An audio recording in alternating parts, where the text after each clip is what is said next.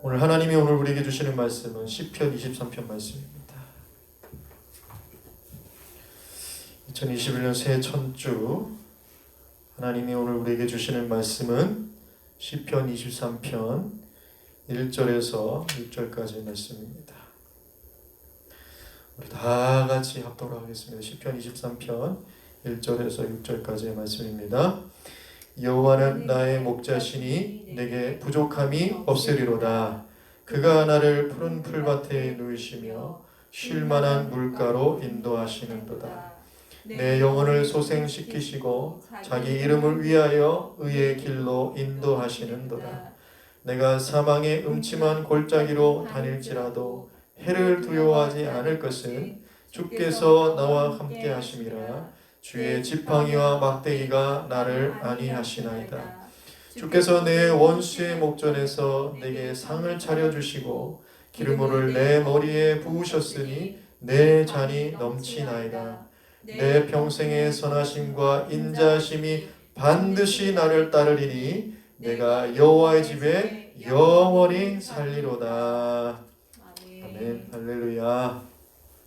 2021년 새해에도 하나님의 기쁨이 충만하게 누려지는 그런 복된 성도님들이 다 되시기를 예수님의 이름으로 축복합니다. 우리가 너무나도 잘 아는 말씀입니다. 찰스 스펄전 목사님은 이 시편 23편은 시편의 진주다라고 할 정도로 그렇게 이야기하는 이 시편 23편 말씀인데요. 시편 23편 그 시작은 어떻게 되고 있는가? 여호와가 나의 목자 되시니 내가 부족함이 없으리로다. 이렇게 고백하고 있습니다. 그래서 저와 여러분의 2021년 새해 첫걸음의 시작도 이런 고백으로 시작이 되었으면 하는데요.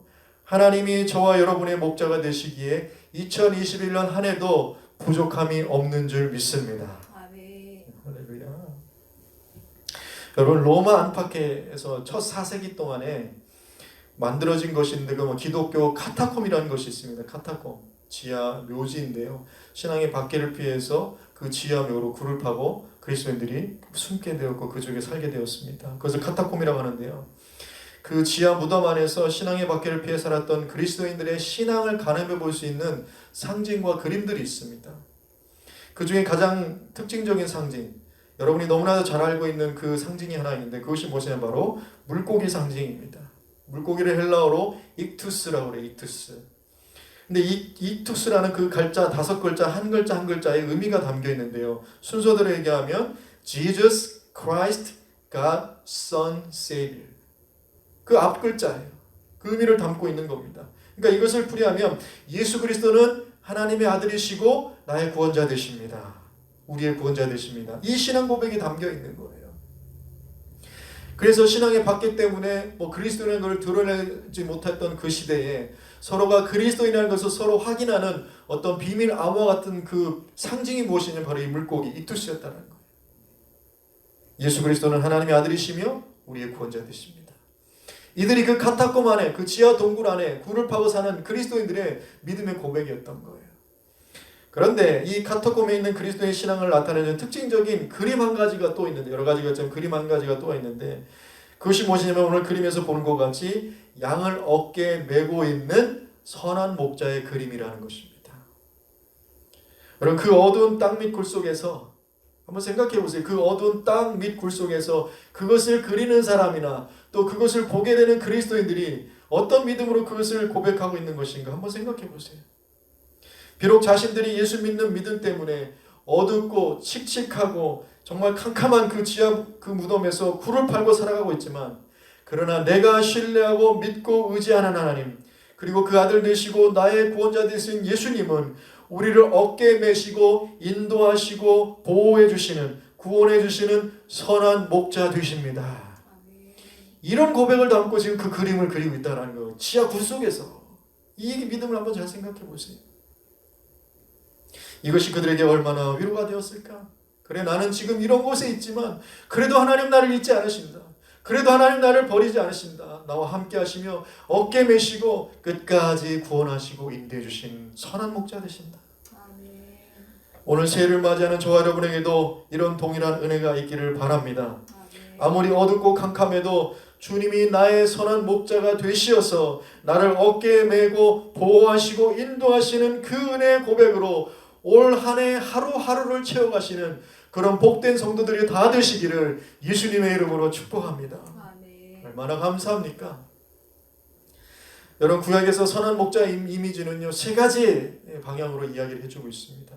첫 번째는요, 하나님이 이스라엘의 선한 목자 되신다라고 말씀해주고 있어요. 누가요? 하나님이 이스라엘의 선한 목자 되신다. 시편 78편 52절 말씀을 보면 이렇게 기록되어 있습니다. 그가 자기 백성은 양같이 인도하여 내시고 광야에서 양떼같이 지도하셨도다. 이렇게 말하고 있어요.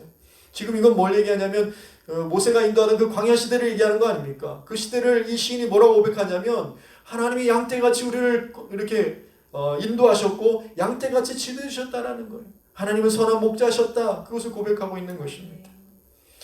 그래서 이에 대한 하나님의 백성들의 확신이 무엇인가? 시편 79편 13절에서 이렇게 고백되어지고 있는데요. 시편 79편 14절은요. 우리는 주의 백성이요 주의 목장의 양이다. 주의 목장의 양이니 우리는 영원히 주께 감사하며 주의 영예를 대대에 전하리이다. 여러분, 여기서 주의 영예를 대대에 전한다는 것은요, 이렇게 인도하시는 하나님께 찬양과 경배를 대대에 올려드린다. 지금 그 고백을 하고 있는 거예요. 무엇 때문에요? 주의 목장의 양이 바로 우리이기 때문이에요. 하나님 우리의 선한 목자가 되어주셔서 우리를 인도하시고 보호하시고 구원해주시고 공급해주신다라는 것입니다.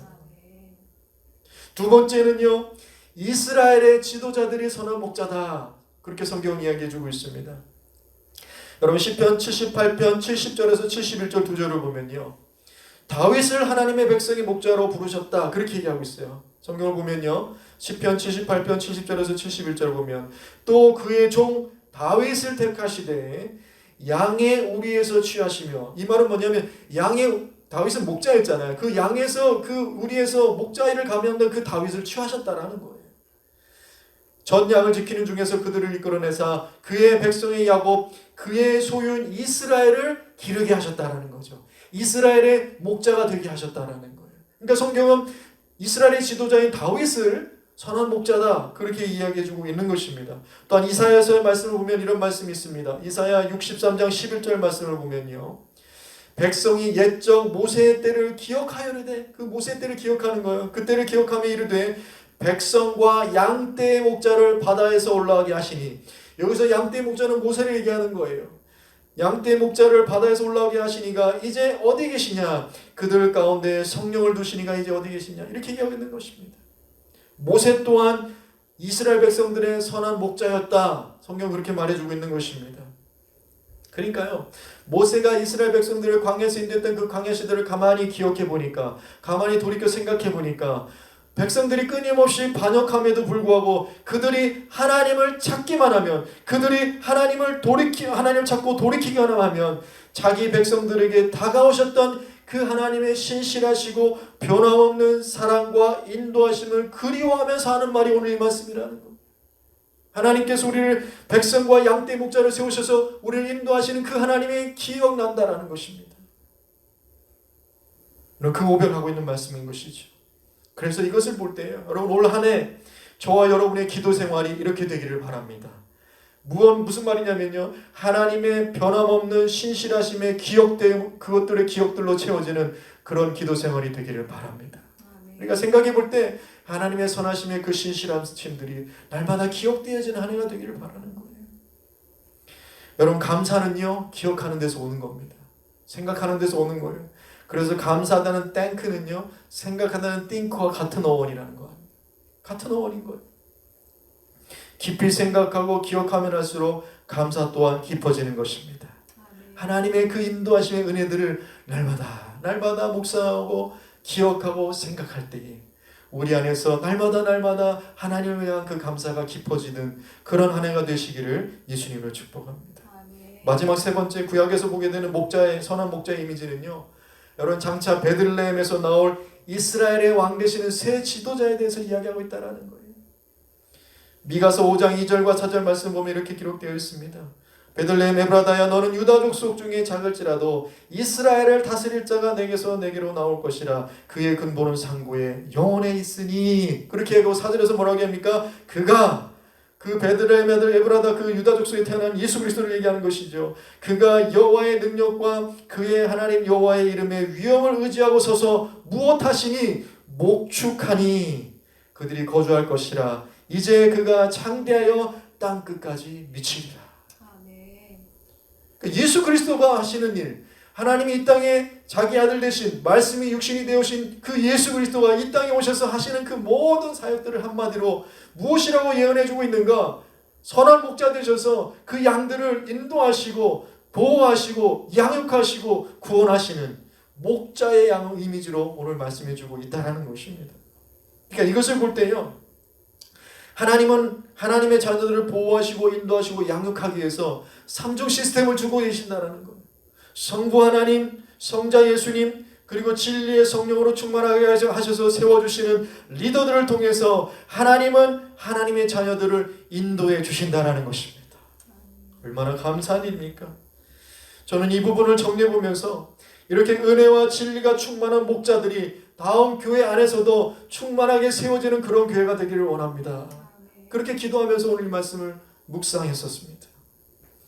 여러분, 올 한 해 이런 놀라운 역사가 시작되기를 기도합니다. 기도하면 하나님은 응답해 주십니다. 그것이 응답일 수도 있고 응답되지 않을 수도 있고 인내와 기다림이 필요할 수도 있는 것이지만 하나님은 하나님의 시간에 하나님의 뜻대로 정확하고 온전하고 완전하시게 응답하여 주십니다. 지난 2020년 작년에 우리가 21일 동안 단일 기도를 했습니다. 그때 마지막 21일차는요, 해외 지역 교회를 위한 중보 기도하는 그런 날이었어요. 그래서 기도회가 시작돼 우리는 뭐 2시간짜리 그 찬양으로 예배 시작하면서부터의 그 영상을 봤기 때문에 여러분이 못 보실 수도 있었는데 그 찬양이 시작되기 그 1시간 전부터 그 각 교회의 기도 제목들을 올려놓고 중보하는 그런 시간을 있었습니다. 그래서 뭐 14,000여 교회가 그 기도 제목을 보면서 같이 중보하는 시간을 가졌는데요. 그때 올렸던 우리 교회의 기도 제목이 이렇습니다. 공동체가 부르신 소망을 잘 감당하게 하시고 주님의 몸된 교회를 함께 세워갈 동역자들을 보내주시며 예배 장소를 옮기려고 하는데 올해 안에 예배하신 선한 길로 인도하여 주소서가 첫 번째 기도 제목이었고요. 두 번째는 목회자의 건강과 사모의 건강을 지켜주시고 성령 충만하게 하시고 하나님의 말씀을 목회자의 입술에 부어주시고 포기와 낙심이 아닌 감사와 기쁨으로 하나님을 생각하며 이때를 승리하게 하소서. 두 가지 중보의 기도 제목이었습니다. 그런데 21일간 기도하면서 매일 빼놓지 않고 정말 더 집중해서 간절하게 기도했던 것이 뭐냐면 예배 장소에 대한 기도 제목이었어요. 우리가 예배 처음 개척하면서 시작할 때부터 우리가 이곳에서 영원히 있지 않을 것이니까 우리가 정말 기도하면서 우리가 예배할 수 있는 마음껏 예배할 수 있는 장소를 위해서 우리가 기도합시다라고 그렇게 나왔는데요. 그래서 뭐 이 동네 교회랑 교회는 다 두드려보고 또 뭐 사람들도 만나고 장소가 있는 곳마다 찾아가 보겠지만 여의치가 않았습니다. 그러다가 생각지 못한 코로나19가 터지면서 예배 장소에 대한 필요가 절실해졌던 것입니다. 그래서 21일간 기도에 참여하면서 하루도 빠지 않고 기도했던 것이 장소에 대한 기도였던 건데요. 놀랍고 감사한 것은 하나님이 올해부터는 새로운 장소에서 예배 드릴 수 있는 기회를 허락해 주셨다는 겁니다. 공동회의를 할 때 구체적으로 말씀을 드릴 건데요. 앞으로도 처리하고 해결을 해야 하고 또 도움의 손길이 필요한 문제들이 많이 있고 그리고 걱정되는 여러 가지 일들이 많이 있겠지만 사랑하는 성도 여러분, 우리에게는 선한 목자 되시는 우리의 하나님이 계십니다. 그 하나님께 함께 기도하며 나아가기를 바랍니다. 여러분 다시 한번 기억하십시오. 하나님은 나의 선한 목자이십니다. 사막의 환경은요, 모든 위험에 그대로 다 노출된 공간이에요. 강도도 있지요. 야생동물과 뱀과 전갈도 있지요. 그래서 무서워 떨 수밖에 없는 곳입니다. 갑작스러운 모래폭풍이 있는 곳이기도 하고요. 먹을 것과 물도 마실 물이 부족한 곳입니다.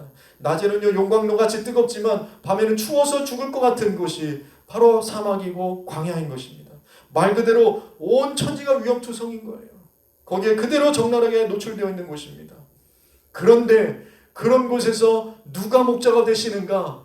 여호와가 내 목자가 되어 주신다라는 거예요.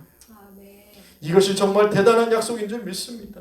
이 약속 부여잡고 올 한 해도 그 목자 되신 하나님을 의지하고 살아가는 저와 여러분 복된 삶이 되기를 바랍니다.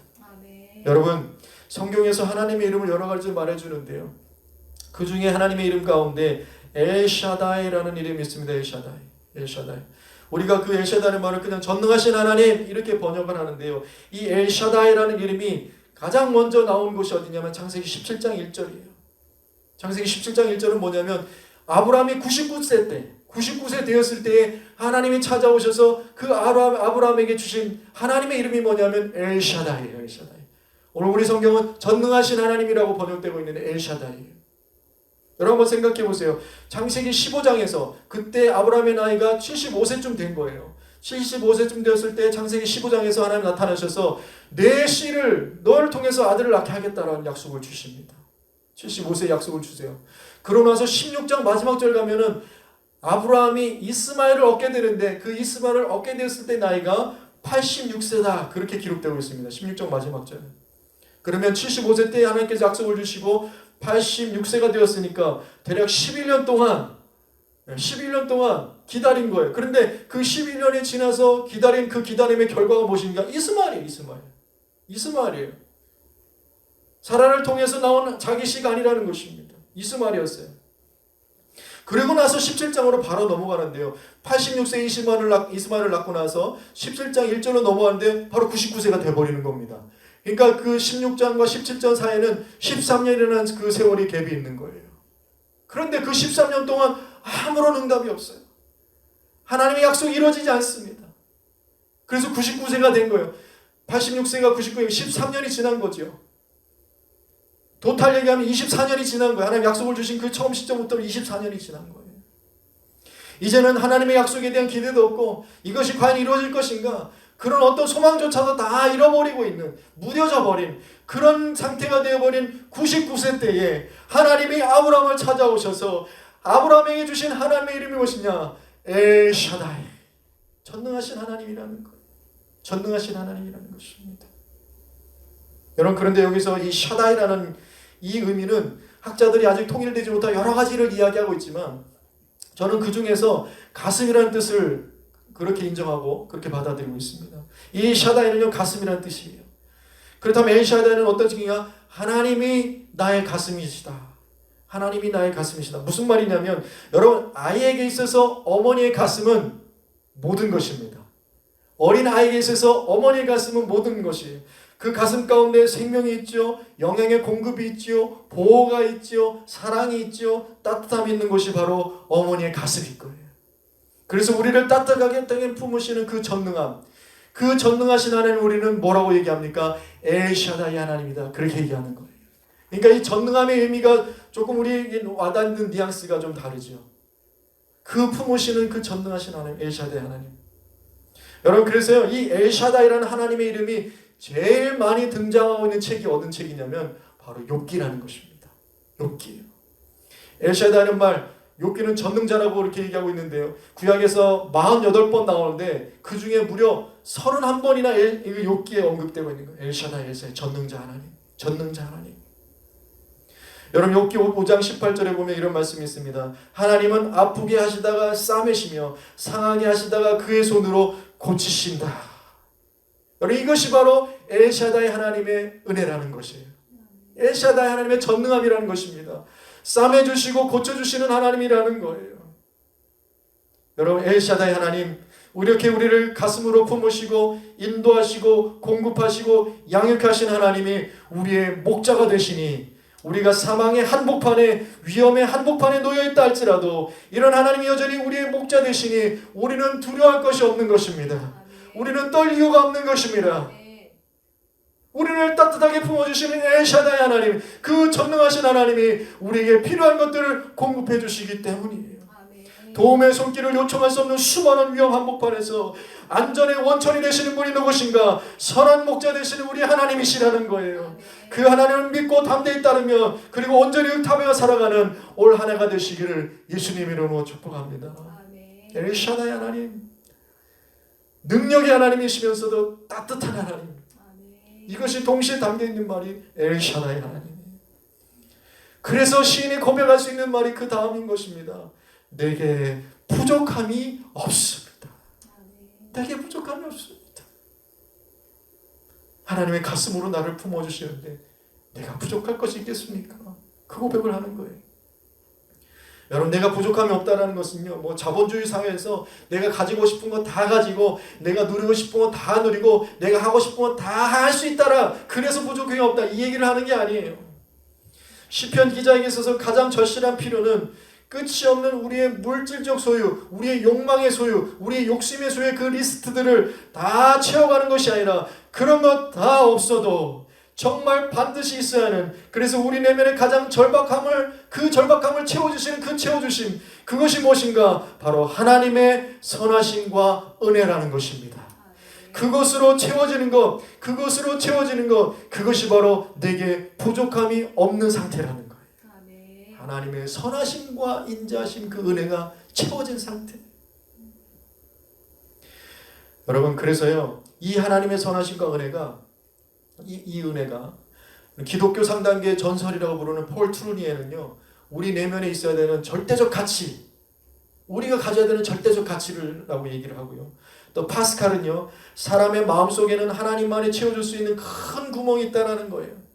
하나님으로만 채워줄 수 있는 큰 구멍이 우리 마음에 있는데, 그 큰 구멍을 채우는 것이 무엇인가? 바로 하나님의 선하심과 은혜라는 것입니다.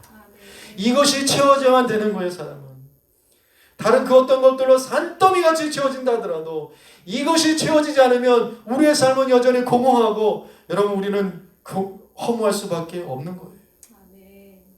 그러니까 내게 부족함이 없다는 것은 상황적인 걸 얘기하는 것이 아니라 상태적인 걸 얘기하는 거예요.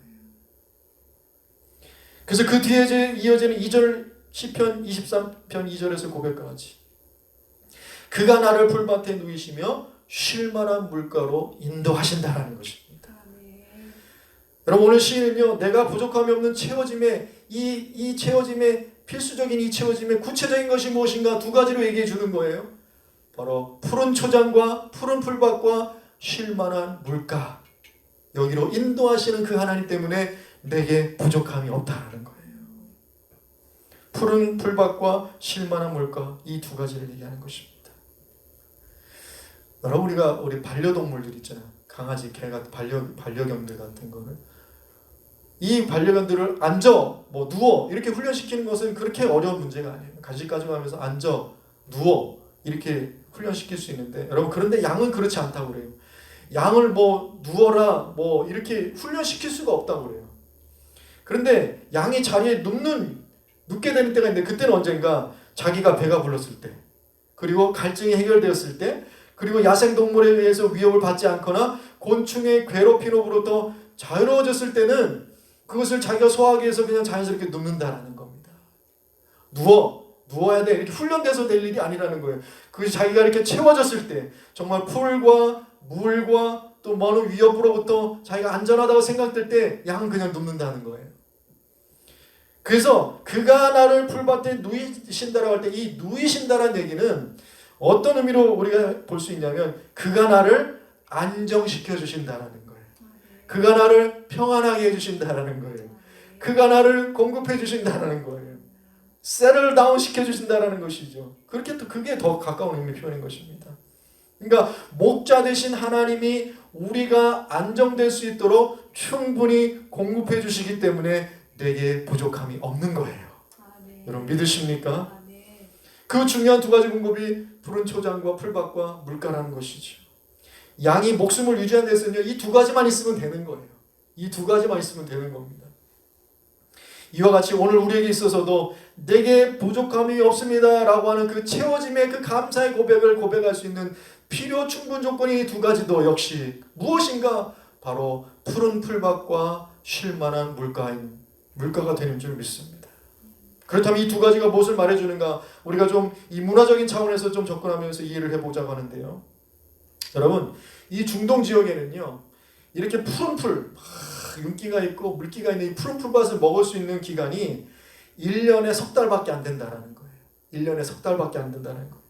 그래서 이 석 달을 제외한 나머지 9달에서 10달 이 사이는요, 어떤 풀을 먹냐면 갈색, 마른 갈색, 물기 없고 막 질기고 끈질기 뭐 이런 그런 맛없는 그 갈색 풀만 먹게 되는 거예요. 그럼 한번 생각해 보세요. 9개월에서 10개월 동안 물기 없는 텁텁하고 그 마른 갈색 그런 풀들을 먹다가 이제 비가 충분히 온 우기가 지나고 이제 푸른 풀밭들이 그 물기를 먹으면 그 푸른 풀들이 이렇게 올라오는 그 풀을 이제는 그것을 먹게 되고 그것을 맛보게 될 때의 그 기대와 기쁨이 어떠겠는가 한번 생각해 보라는 거예요. 질긴 갈색 풀을 먹다가 정말 물기 싱싱한 그 푸른 먹었을 때 그 기대 기쁨. 그러니까요, 목자 되신 하나님은 오늘 우리에게 이 때를 놓치지 않고 이것들을 반드시 공급해 주시는 분이라는 것입니다. 그래서 먹게 하신다라는 거예요. 또한 양떼에게 물을 먹이는 것만큼 풀을 먹이는 것만큼 물 또한 먹이는 것이 굉장히 중요한 일인데요.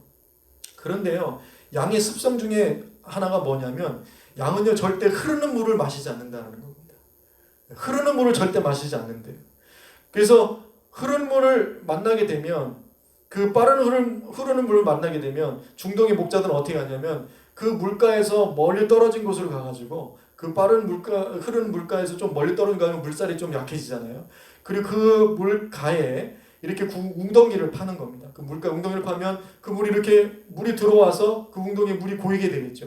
그러니까 물살이 흐르지 않는 물이 되는 거예요. 그렇게 웅덩이를 파서 만든 다음에 그 다음에 그 양들에게 물을 먹인다라는 거예요. 그렇지 않으면 절대 양은요 물살이 있으면은 아무리 좋은 시냇가를 가도 그 물을 마시지 않는다는 겁니다. 그러니까 이런 양의 습성을 너무나도 다윗은 잘 알고 있었기 때문에 그도 목동이었잖아요. 그래서 오늘 쉴만한 물고로 인도하신다 이 고백을 다윗은 어떤 의미로 하고 있는가? 여러분 다윗의 삶을 한번 잘 들어보십시오. 다윗의 삶은요 정말 쉴 수 없는 거센 물살들이 일어나는 그런 삶이었습니다. 파란만장한 삶이라고 할 수 있는 그런 삶을 살았어요.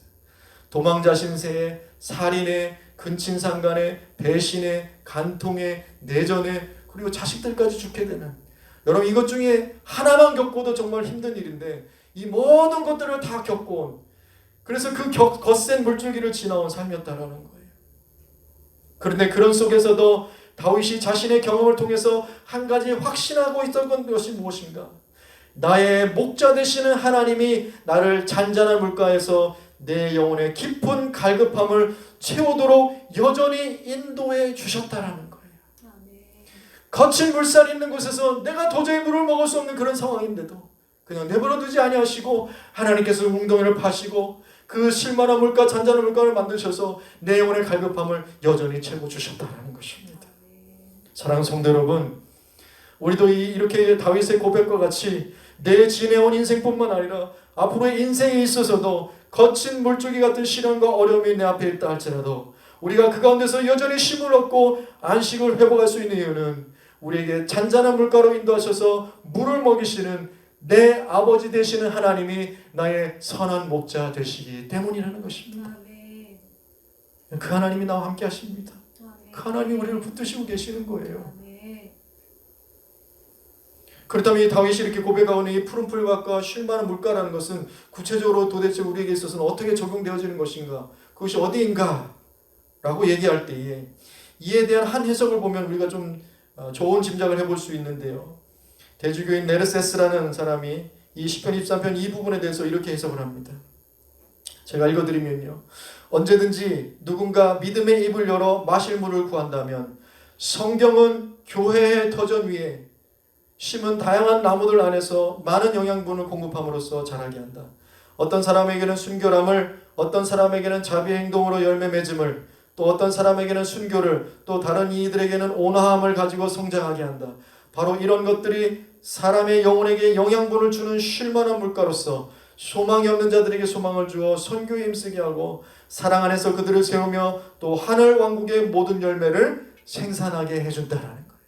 자, 그렇다면 다윗이 그렇게 고백했던 정말 푸른 그 풀밭과 쉴만한 물가가 오늘 우리에게는 구체적으로 어떤 곳인가?